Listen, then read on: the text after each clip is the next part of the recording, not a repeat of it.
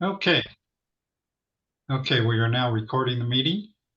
Welcome, everybody. Glad to see you again. Um, have a couple of quick things. First of all, do we have anybody new joining us this morning? Anybody new joining us this morning? I take that to be a no. Okay, so one quick thing. I am going to have to end the meeting earlier today at 9 o'clock. The new White House cyber director is going to be here at the Pima College at 10 o'clock, and that's like halfway across the city for me. And so I don't want to be late for that meeting. So I do need to head out of here by 9 o'clock. So I just wanted to let you know that. It's kind of a big thing for him to be here. They're going to be talking about, they have actually a panel of several people. I know most of you know Ryan Murray with Homeland Security, and several other people are going to be on a panel. So it's going to be a big deal. And so they're going to be talking about the cyber workforce, both here in Tucson and Arizona, as well as workforce and cyber ecosystem. So it's going to be a pretty cool meeting, and I didn't want to miss it. I sit on their IT advisory committee, so I got invited. So that was the first thing. Secondly, I want to remind you, if you haven't, that I do put links in the newsletter all the time to please fill out our Google form so that I have your contact information, your phone numbers, email, and all of that sort of stuff. It just makes it easier, first of all, to share information about who's participating, and secondly, to be able to connect with you. So that's that. So moving on quickly, I don't know, do we have anybody from the broadband office? I know Aaron couldn't be here. I think most of them are traveling today. So I don't think we have anybody from the broadband office here this morning. But a couple of quick things. I got a note from Aaron that they have submitted the state capacity grant to NTIA, so that's done and on its way. Secondly, they are having a June Community Roundtable webinar on Tuesday, June the 18th from 3 to 4 p.m. And again, I want to remind you that a lot of the stuff that gets announced at these meetings is in my newsletter. So times, links, contacts, most of that stuff should be in my newsletter if you want to follow up. And I know people do also put stuff in the chat, and that's fine. So the next thing is the sub-grantee application process that the broadband office is developing their sub-grantee application process. And they are, if you are interested in applying for funding, there is a form that you can complete. The form does not require you to do anything if you're not sure, but you think you're going to be interested in applying for a grant.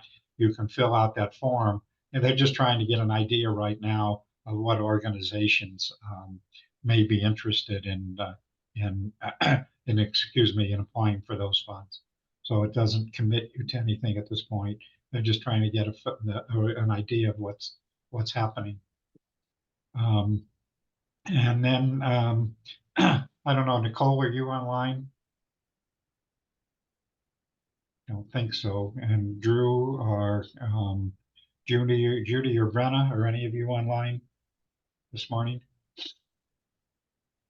Hey, Steve, I'm here. This is Brenna. Oh, good, Brenna. So can you give us a latest update? The last note I saw is not looking great for ACP again. But Yeah. Can you give us a quickie update, please? Yeah, honestly, not much of an update since Congress is out on recess this week. The last we heard. Excuse me, Brenna, could you introduce yourself real quickly, please? Yeah, no, of course. Brenna Leeser, I'm the Tech Policy Council with Common Sense, focusing on AI or broadband and AI and cyber and things as well.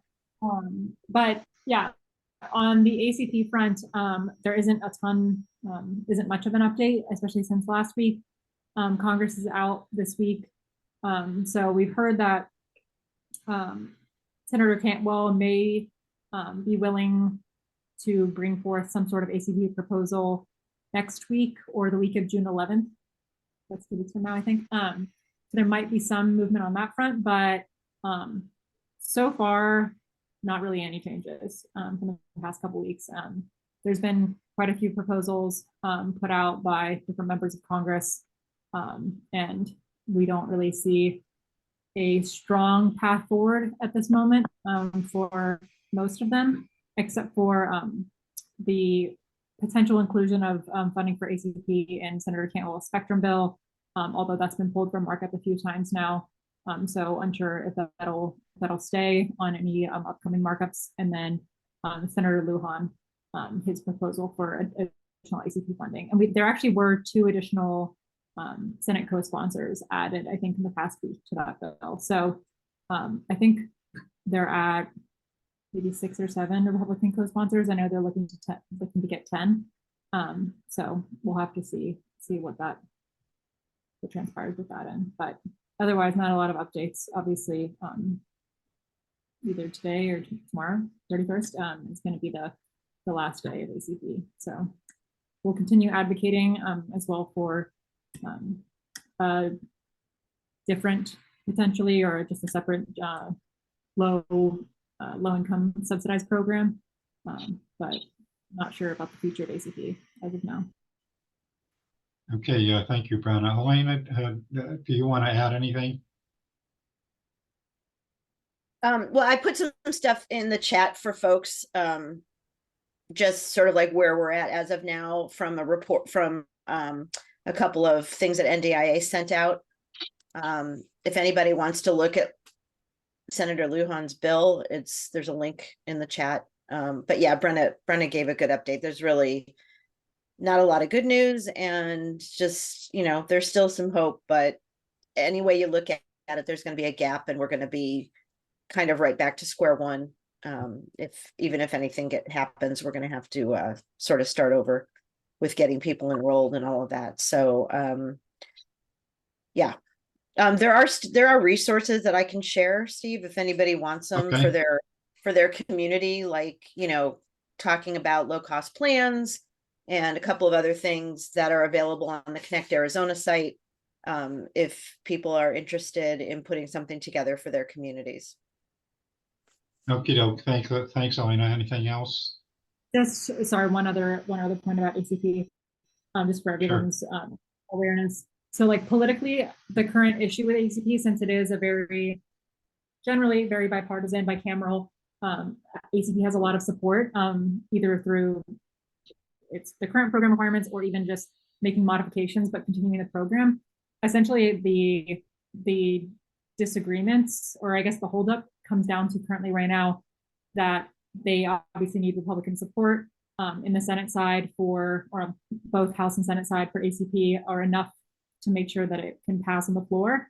And there's a holdup between leadership wanting to put the bill forth to allow a vote and making sure that there's enough people sign up ahead of time. So people don't want to sign on as official co-sponsors until certain that the bill is going to move forward, but then they don't want to move the bill forward until there's enough co-sponsors. So kind of between a rock and a hard place at the moment. Thought it was looking a little more positive for a while there, with a lot of people signing on, and then, of course, well, I won't make any more comments about Congress. Yeah, there's a lot of support. There has been some, I think some of the issues as of late has come out around the CBO scoring of the, I think, most popular legislation, and not with the revenue generating measures, not generating as much money as anticipated. So, like, they could renew the program, but there wouldn't necessarily be enough revenue to cover what they wanted to do to extend it, is at a high level. Okay, thanks, Brenna. Anybody have anything else they want to say about ACP at the moment? I will mention, and then hopefully we'll have them on the program here in the next week or so. But T-Mobile, many of you probably know, has Project 10 Million that's providing no-cost tablets and iPads, free hotspots, and internet. And the application is due on June the 17th. And it's for, they're providing that support for schools and maybe schools and libraries.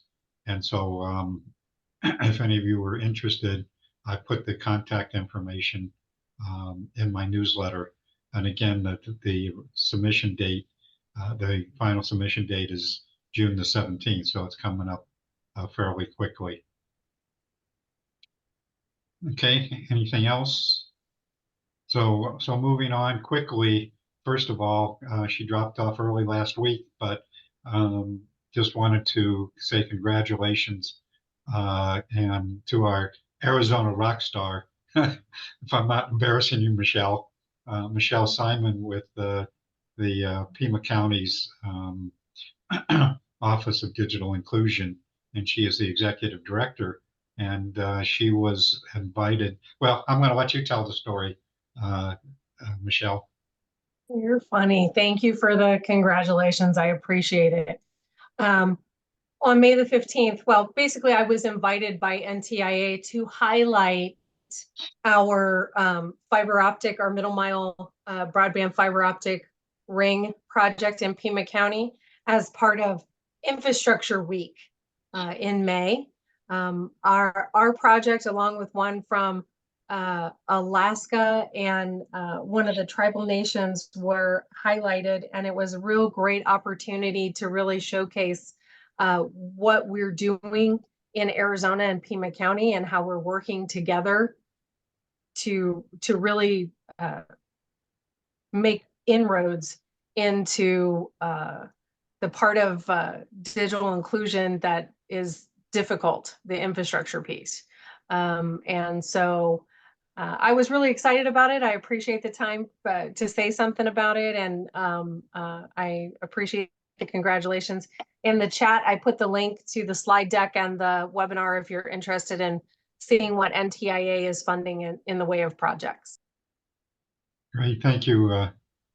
Thank you, Michelle. You've been getting all kinds of acknowledgement for the work you've been doing down here in Pima County. It's pretty awesome stuff. So a couple of other quick things, and I want to get to the program so we have plenty of time for that. On June 26th, there's a workforce outreach summit. Vaughn, I don't think you're on the call, are you? But there's going to be Building Southern Arizona's Workforce Talent Pipeline from 9 to 1:30 here in Tucson. Again, that information is in my newsletter if you're interested in attending. And then I think it's the last thing is that I got a note from the SciTech Institute that they've teamed up with Pipeline AZ and the Center for the Future of Arizona to bring our state a Department of Labor grant to develop or expand out of school time programs, workforce development and support services. If you're interested in applying for those funds, you need to contact Dr. Jeremy Bavender, who is the executive director of the SciTech Institute. And I put his contact information is on the site. And again, it's also in my email. So are there any other announcements, important things coming up before we get into our program this morning? One last thing, I'm sorry. So one last thing, I have mentioned, I'm working on trying to put together this two panels. One is for talking about municipal networks, and actually meeting with some folks again tomorrow morning to figure out what that's going to look like. But basically, we're going to want to talk about what is a municipal network, what's the different models, pros and cons, and roles of providers, and so forth. And so I'm not sure what this is going to look like yet, whether we'll do just a regular AZBSN meeting, it might be an extended meeting, or it might be a separate event, because the 45-minute panel is just not going to be enough time to cover everything. So that's that. So moving on, let's just jump into our program this morning. I'm pleased to welcome, and of course he's been attending pretty regularly, Dr. Dario Salas, Business Development Director for Innovation Technology Partnerships at the Ira A. Fulton Schools of Engineering. And he's doing amazing stuff. He's going to tell you about the meeting he's got coming up today. He's doing a lot of international work and so forth. So with that, Dario, I'm going to shut up and turn it over to you. Do you need to share anything? Yeah, I would like to share some slides, and of course, as always, I have more than I can cover in the time that we have available this morning. However, I would like to use the material so that I can follow a sequence. Hold on one second, this side over here. Okay, share. Can you see that window? Yep. All right, so I'm gonna leave it in that mode so that I can go to the left and choose exactly what I would like to share with you guys. Of course, there is a lot going on, and I would like you to use me as a resource in case anything that I say today is of interest and you see an opportunity for collaboration or for us to pay attention to something we are missing. I named it Technology Innovation Federal Grant Opportunities and the Global Workforce Accelerator because, you know, of course, the talent, the times that we're living today in these microelectronics and semiconductor manufacturing in our area here in Arizona and also globally with the partners that we have here, which are the top companies in the world. That's why it's important to mention that. So before I go too far, I would like to just welcome Kelly Mukherjee from ASU, and we had a great visit yesterday via Zoom because what I do at ASU mostly is kind of write the main program because we have all kinds of subroutines running all the time. And Kelly's gonna join me at the end, a few last minutes to share some of the work that she's doing. And Kelly and I are gonna be working together so I can deploy the capabilities that we are developing at the Fulton Schools of Engineering with the platform that they have been put in place. So you will hear from Kelly in a few minutes. The other observation I wanted to make was that we have this wonderful website, which is the Microelectronics at ASU. And the reason why I think it's important because all these topics I'm going to be discussing today, they change so fast that none of my slides are up to date. None of them. I would have to spend a significant amount of time to update them. But if you go here, we have the research, the infrastructure, workforce development, the industry council, the Swap Hub, and other news. So please save that microelectronics.asu.edu so that you can get the greatest and latest. Last week, we talked about technologies, and I had a chance to visit, to bring one of our Intel VIP champions, and we did a complete review of the Dreamscape Learn capabilities and also how we are going to apply them to workforce development, research, operations, design, etc., working together with this important company. So I would love, we would need a whole presentation just for Dreamscape Learn, and perhaps we can have a tour of the facilities. If you, instead of meeting anyone, I would like to come to ASU, we could take a morning or an afternoon, and so you can experience it yourselves. You know, you can you have to put the accolades every time we do a presentation, but of course you know that already.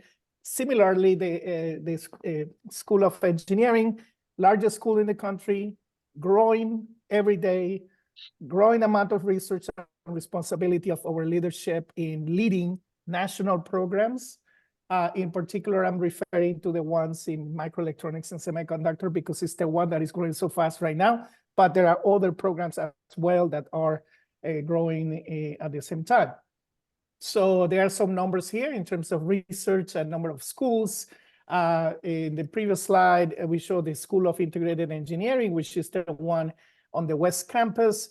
We have the School of Manufacturing Systems and Networks that we're building a brand new building. It's going to be ready fall 2025, and it's going to be a beautiful building that is going to be able to do a very advanced academic training and research, and also co-location with industry. So it's going to be kind of a place that you can see the equipment running. We're going to even have a small clean room there to do some of the semiconductor manufacturing teaching and experimentation as well. And then the goals, and this thing is, I have kind of a wheel that I use to show how things are improving and accelerating in a fashion that it was almost unbelievable in the past. For example, you know, we in the last 2 years, we have hired about 200 faculty, very talented faculty aligned with the needs and the growing opportunities in the state and the nation and the world. We are attracting talent, very, very, very good students, and also we are serving underserved regions and communities, and they are succeeding. We're doing better research, and that's something that is the metrics speak by themselves. We have these academic programs that keep on evolving, and that's the nature of ASU, that we keep on trying to grow the programs that are needed. Funding has gone so that Dr. Crow has a kind of a goal of having $1 billion of research expenditures per year, and I think we were close to 900 million or something like that. So funding is increasing. Facilities, we are building facilities like crazy, not only manufacturing systems and networks, but our microtechnology works, facility for semiconductor manufacturing. And then we have this industry collaboration, very close industry collaboration. It exploded after Arizona State University was awarded the hub, the advanced prototyping hub, that we have one of 8 hubs in the United States. And we have more than 150 companies working together with ASU to deliver a capability that is unique in the United States, and that will help support economic development here in Arizona. So the model for that, as you can imagine, these microelectronic systems are everywhere. So even though you could have students at ASU looking at these very small nano systems in which they are designing and building these computing and graphical processing units and memory chips and all kinds of stuff, there is a lot of societal needs that are affected or impacted by those innovations. And then on the left side, and this is a slide we put together 2 years ago when we were talking about the regional innovation engine supported by microelectronics, and you have all kinds of applications on the societal needs, and we always need to make sure to start from there. How is this going to impact positively and in sustainability, in jobs, in healthcare, in transportation, housing? So there's a huge amount of opportunities that we need to pay attention. And then technologies, all kinds of technologies, and we could give you an update on every single technology you see here, and what is it that we are doing, what the students are doing in AI and machine learning and supply chain, smart cities, 5G. I mean, there's all kinds of things. And then the economic growth potential, you know, they are thinking by 2030 it's going to grow to be around $1 trillion. And what we're trying to do is to pay attention to opportunities for new businesses and for all businesses to grow so that they can generate more jobs and better well-being for everybody. In terms of the outcomes of all this research, we get inputs from existing ideas for research. Excuse me, Dario. Sharika, is that you? That's that we're picking up. No, it's Yvette. Oh, Yeah, I was hearing somebody. sorry about that. I thought they were agreeing with me. So anyhow, this model, the research development, demonstration, and deployment covers all kinds of opportunities. And we have activities, we have centers, we have schools that are supporting all those levels. Like, for example, the Science and Technology Centers with the Arizona Forward. It's an opportunity for small companies to come from their ideas, have some funding to match their own resources, and test some of their products or technologies that they want to commercialize. And then there is levels like, for example, Applied Materials, 200 million plus investment from materials to fabrication. And that is something that could cover from basic research to actual prototyping, et cetera. The same thing with the hub, from the laboratory type technologies, et cetera. So we have, for everybody, there is an entry point, and we can see how these advances in the different areas can help go to innovation, commercialization, entrepreneurship, social impact, and talent. If we miss it, then we analyze what are the challenges that remain so that we can continue with that. In case of the training and education, of course, we are targeting to use advanced technologies, and that's why I mentioned Dreamscape at the beginning, because there is so much content being created, so many experiences being created, facilities being expanded, and then there is a lot of opportunities for new jobs. But instead of just waiting for students to graduate and apply for a job, etc., we are trying to collapse that connection with industry and government so that we understand what the requirements are and connect them with the total pool of people that are available to take advantage of those opportunities. So we take, for example, last week I mentioned something along the lines of working with Intel, so we understand really well what their needs are, and then take that information all the way to when we do boot camps and we go to high schools and explain to them what those opportunities are.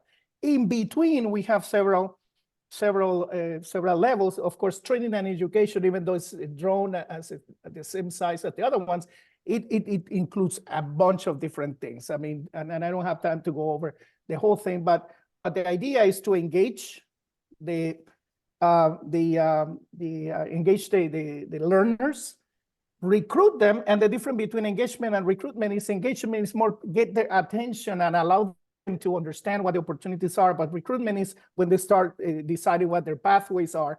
Training and education is clear, certifications, normal BS, MS, PhD level, etc. And then placement is, okay, what are the jobs that are available for you once you complete your training and education? And hiring is a component that we would like to have more capability on, so that they don't waste too much time in securing those positions.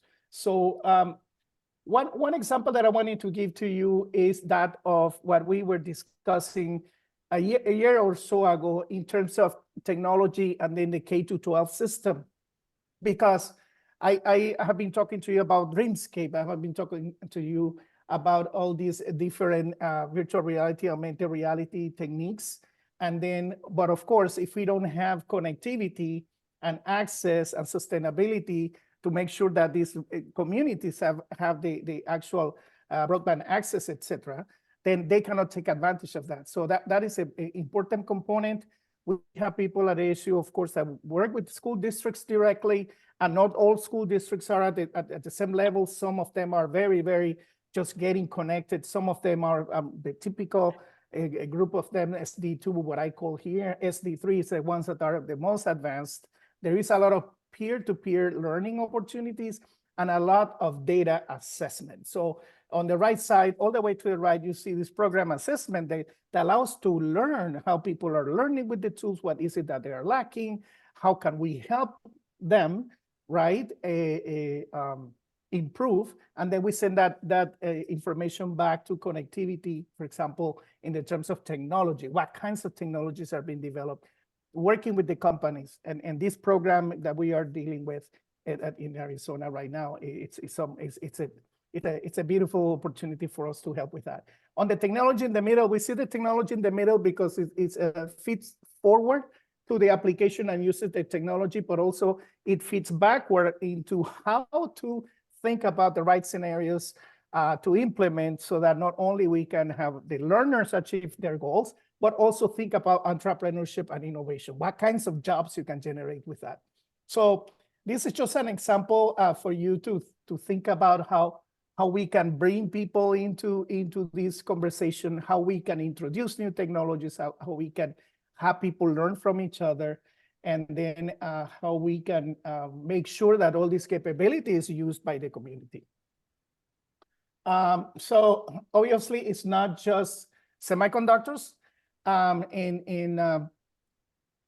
We were mentioning that it's a global opportunity, and I could give you a very quick update on the opportunity that we have with Panama. I just came back from Panama. Of course, we also work with Costa Rica and the countries that you see here with our global outreach and extended education. We have a whole team that is dedicated to that. With respect to Panama, they were included by the Department of State in a list of number of countries that they would like them to try to help the United States bring back some of the capability that we lost in the last 20, 30 years for assembly, testing, and packaging of semiconductors. And then they have supported a scholarship program to send about 100 students in the next 4 years to come to ASU, because we have such a collocation of all these opportunities in the semiconductor area, that having a student come here from a country that is thinking about developing an ecosystem like this, it's like a miracle that they are going to be able to have internships to actually see these things, and then they go back 20 every 2 years back, 20, 40, 60, 80, etc. And they are going to become the actual technical leaders in their country to take advantage of these opportunities.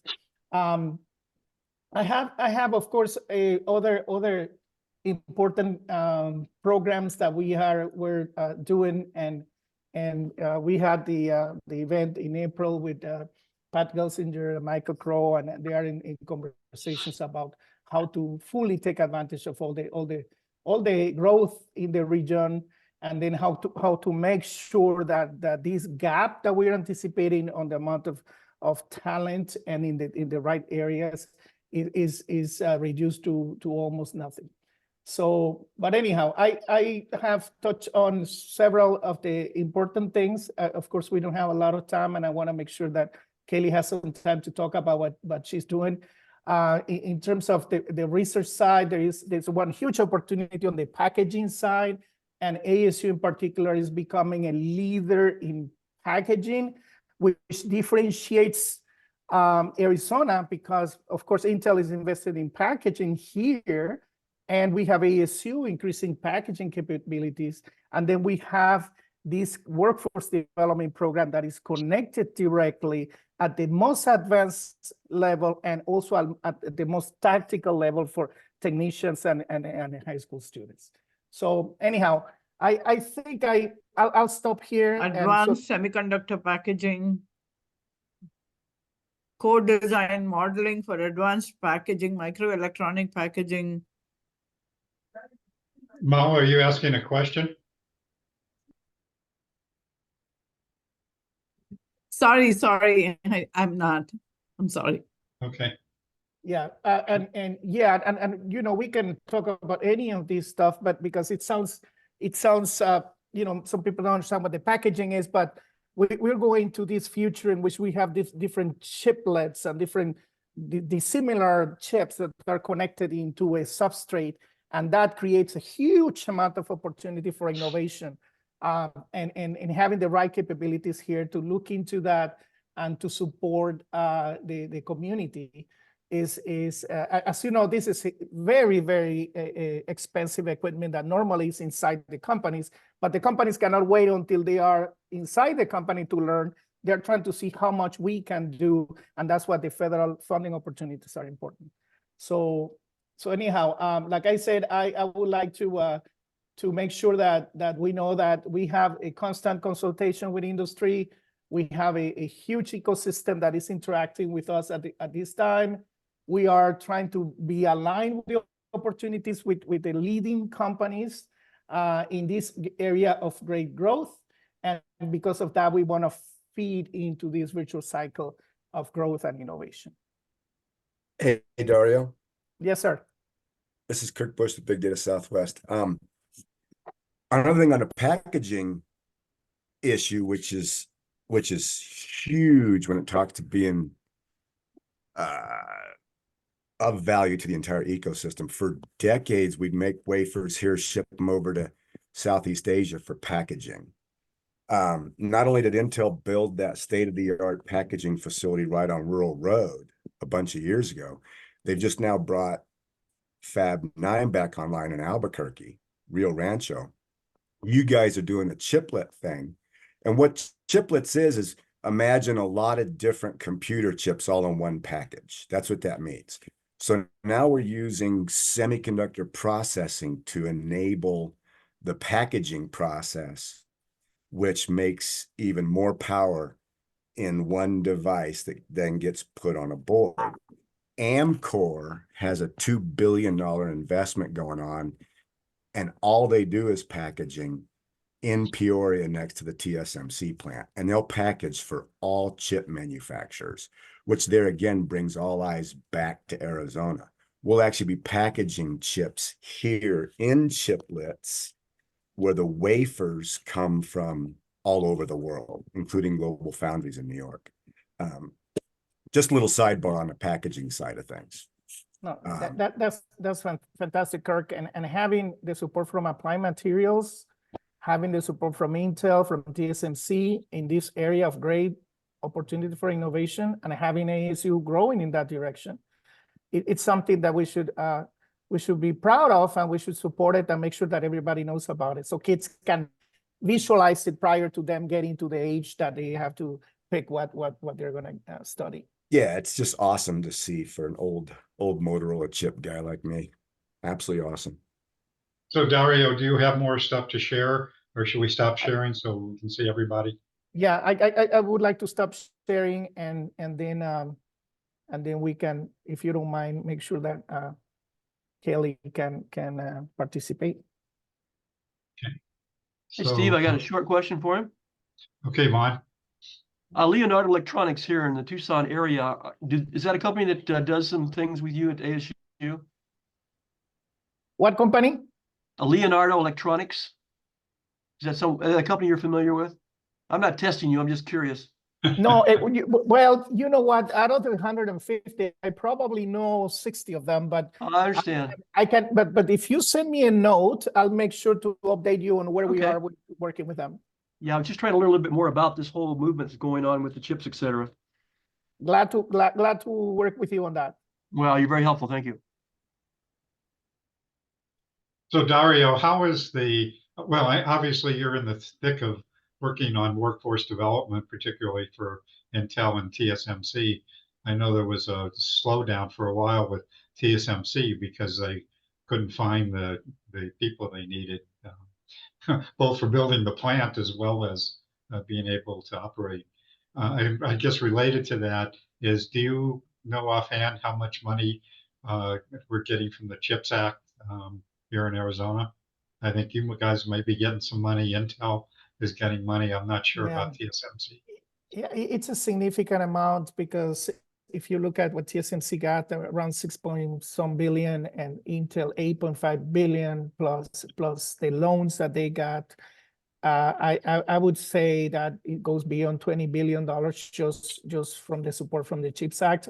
And then for workforce development, each company got about $50 million, which is not just for Arizona, but you may imagine that because of our co-location and our current relationship with them, we are expecting to be able to support them at the highest level possible. Hey, Dario, can you also speak to the connection between that and what's also going on with National Science Foundation and the quantum computing connection, and how that's also funding and helping drive some of this ecosystem? Yeah, we have a whole team working on the quantum computing and establishing the right relationships, because even though some people see it that something is going to happen far into the future, there are some results that have been demonstrated for hybrid computing that uses partly the quantum computing and partly the traditional way of doing the computation. So ASU is leading an effort along those lines, and it's got a good, healthy group of companies that are working with us. And what I can do is provide you with more information. The National Science Foundation has been generating all kinds of opportunities, and we are trying to respond to each one of them.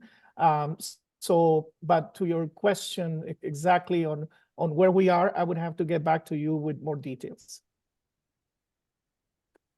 Okay, let's give Kelly a little time. Dario, just one thing.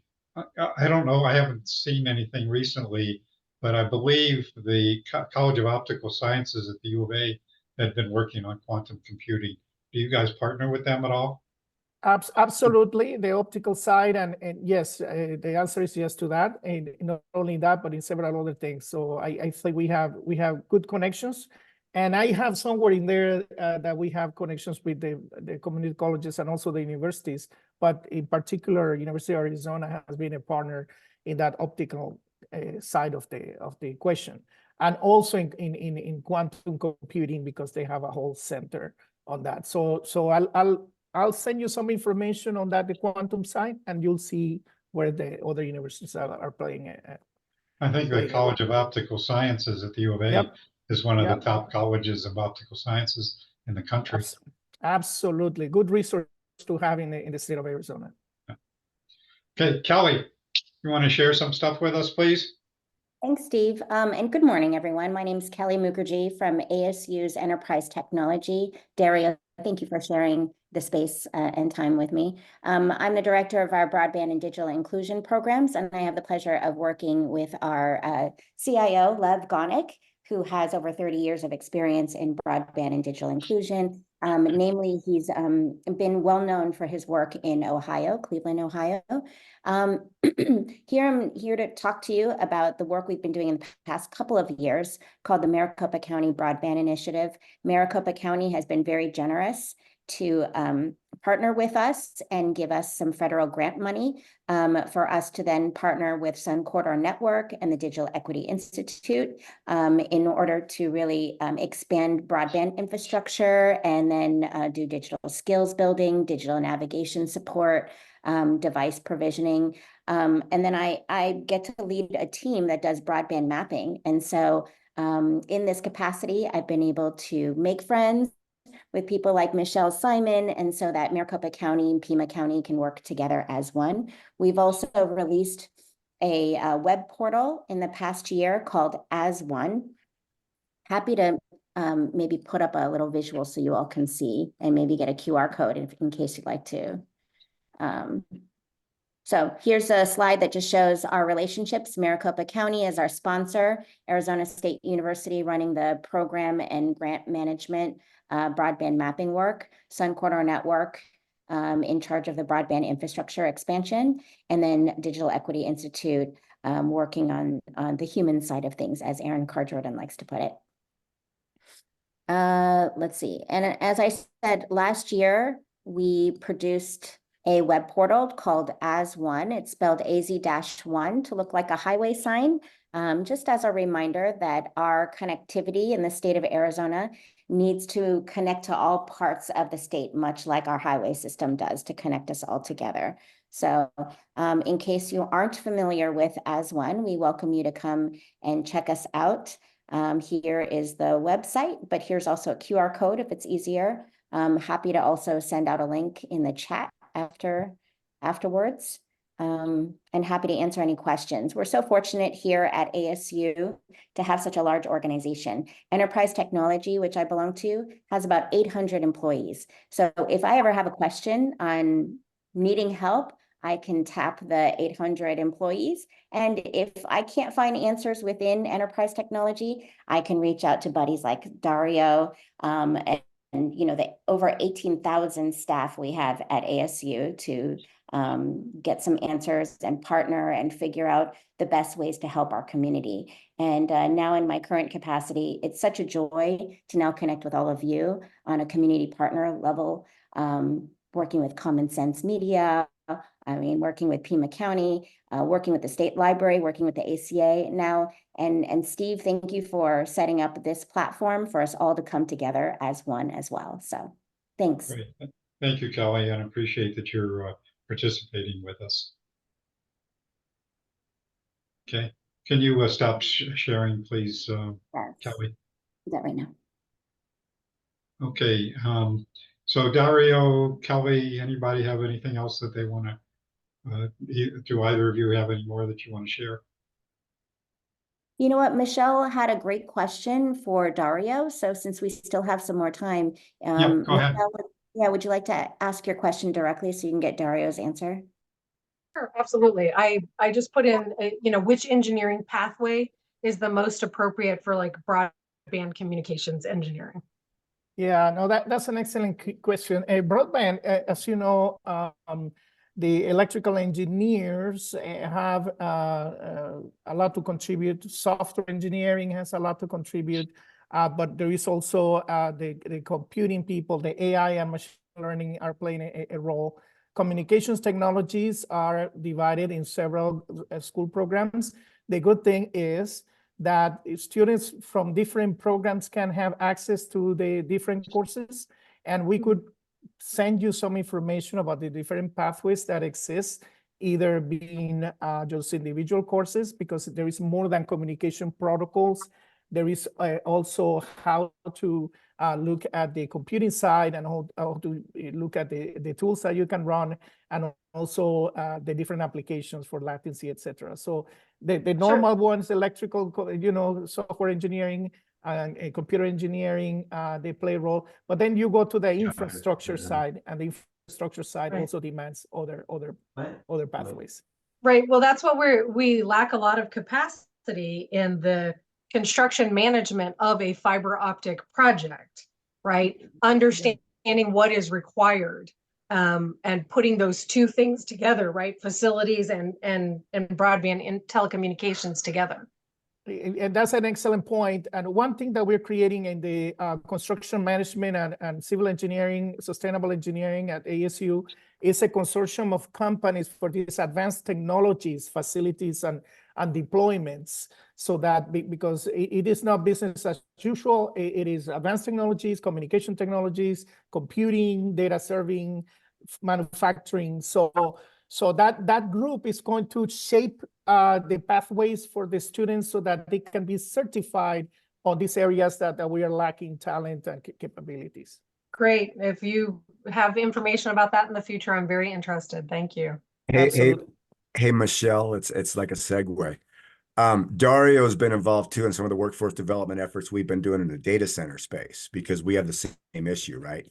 It's so broad amongst the engineering disciplines, both on the construction side, the project management side, and the technical side, that the data center industry's kind of coalesced and formed this thing called AZBSN.org. We're meeting tomorrow and launching the website for AZBSN.org and AZWorkforce.org. The workforce efforts are going to be primarily to mission critical construction, both in data centers and telecom. We're going to be merging that too, and Mark's on here somewhere, I hope, our chairman of the No, he's not here today. Okay, the Arizona Technology and Information Council will also be a big contributor to that, to try to do just that, and that's bring more workforce eyes, if you will, on telecom and data centers, because we are very unique, right? We go across all those disciplines. We got to dig trenches to lay this fiber too. So there's all the mission critical construction issues, and Dario's been involved in helping us with develop programs on the data center workforce development side. So a couple of quick things, because I do need to end this meeting pretty quickly. So first of all, Dario, thank you for being here today and for participating regularly with us. You're involved in so many amazing kind of things. It's pretty phenomenal. So appreciate you participating with us. Thank you for having me. And I'll send you a list of resources that include some of the slides I used and also some of the links, so that you can use that to see if you can get some answers. Yeah. And so the second thing is, just quickly, Bill DiAugustino, I'm going to put you on the spot real quickly, Bill, because you're involved in a lot of what Michelle was asking about, if I'm not mistaken, in terms of workforce development. So can you just take a couple minutes? Again, we don't have much time, but just quickly. Yeah, sadly, I just joined. I had another call that ran way over. So I caught the tail end. I'm an advisor with the Wireless Infrastructure Association, WIA. And we have an extensive workforce development program for the industry. We have training courses. We have, over 250 companies that are members of the association that do all of the things that I'm sure you just discussed in terms of construction management and engineering, et cetera. I have further information on that I can share, and some links I can send out as well that might be helpful. And if there are other groups that I should join, I'm happy to do that as well. Great. And we're going to feature Bill at a future meeting to talk more about that training program that they've got. So thank you, Bill, for being here. David McIlvaine, am I pronouncing that correctly? Can you introduce yourself quickly? Yes, my name is David McIlvaine. I'm here with the Fort McDowell Yavapai Nation. I was asked to get information and do a feasibility study about the broadband, and I'm just here to listen and catch up. Great. Thank you. Well, you're more than welcome. I'm going to add you to our email list, and you're welcome to attend any and all of our meetings. I want to talk with you some more. So one last thing is next week, there's a big STEM conference that's going to be here in Tucson. We mentioned it earlier. And so I know that a number of our people, I know Mala was saying she's going to be there. Aaron's going to be there, and a bunch of other folks. Are a lot of you other people planning to attend that conference too? I'm just debating whether we should meet next week, but it sounds like it may not be a big issue. So I think we'll probably go ahead and meet next week. So anything else for the good of the order? If not, I believe we are done for today. And we'll see you all next week. And I'll try and get my newsletter out to you fairly soon. Okay. Thank you, guys. Thank you. Thank you. Ciao. Thanks, Steve. Yep. Oh, there's Mark. Mark, I didn't know you were online. Yep, a bit late to the game today, but I've been here for a while. Okay, I didn't see you. I could have had you speak, but anyway, I gotta go. So thank you all, and we'll see you. And David, we'll definitely get you added and look forward to your participation in the future. Okay. Thanks.